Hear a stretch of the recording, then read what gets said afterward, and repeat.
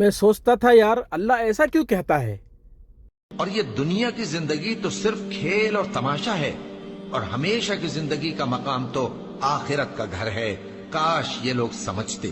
مجھے پتا نہیں تھا ایسا ہوتا ہے، کیونکہ ہم تو غریبی میں جینا ایک کلا ہے، ہم سکھائیں گے تمہیں، کیونکہ ہم خاندانی غریب ہیں۔ ہمارا باپ غریب، دادا غریب، پردادا غریب، اس کا باپ غریب، سب غریب، ساتوں پشتہ غریب۔ ایسا نہیں کہ پہلے غریب تھے پھر امیر ہو گئے پھر غریب ہو گئے، نہیں، ہم شدھ غریب ہیں۔ ارے ہم بھی خاندانی غریب ہیں، وہ تو غلطی سے امیر ہو گئے تھے۔ پھر اللہ تعالیٰ فجر کی 10 راتوں کی قسم کھاتا ہے۔ فجر کی قسم اور 10 راتوں کی اور جفت اور طاق کی، اور رات کی جب رخصت ہونے لگے، اور بے شک یہ چیزیں عقل مندوں کے نزدیک قسم کھانے کے لائق ہیں، اس بات پر کہ کافروں کو ضرور عذاب ہوگا۔ اسی لیے دنیا سے دل لگانا نہیں چاہیے، کیونکہ دنیا بڑی بے وفا ہے۔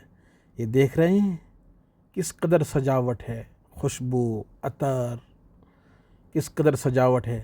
یہ ایک نمونہ ہے بس۔ یہ کہاں کا ہے میں بتاتا ہوں آپ کو۔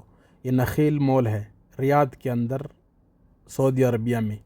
دیکھو جب اس قدر دولت ہوگی تو دنیا سے محبت ہوگی نا، یہی بات ہے، یہی بات ہے۔ اسی لیے اللہ تبارک و تعالی کہتا ہے کہ دنیا سے دل مت لگاؤ۔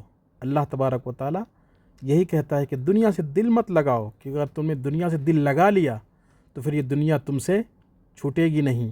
اگر آخرت کی فکر رکھو گے تو کامیابی ملے گی، کیونکہ آخرت جب یہ انسان کا بنایا ہوا اتنا خوبصورت ہو سکتا ہے، اتنا خوبصورت مال چیزیں ہو سکتی ہے، تو سوچو جس اللہ نے وعدہ کیا ہے کہ جنت کو سجایا ہے حوروں سے، تو اس کا حال کیا ہوگا، اس کا منظر کیا ہوگا، اس کے اللہ کو ماننے والے جب اللہ تبارک و تعالی اس کا بدلہ دے گا تو اس کا جزا کیا ہوگا۔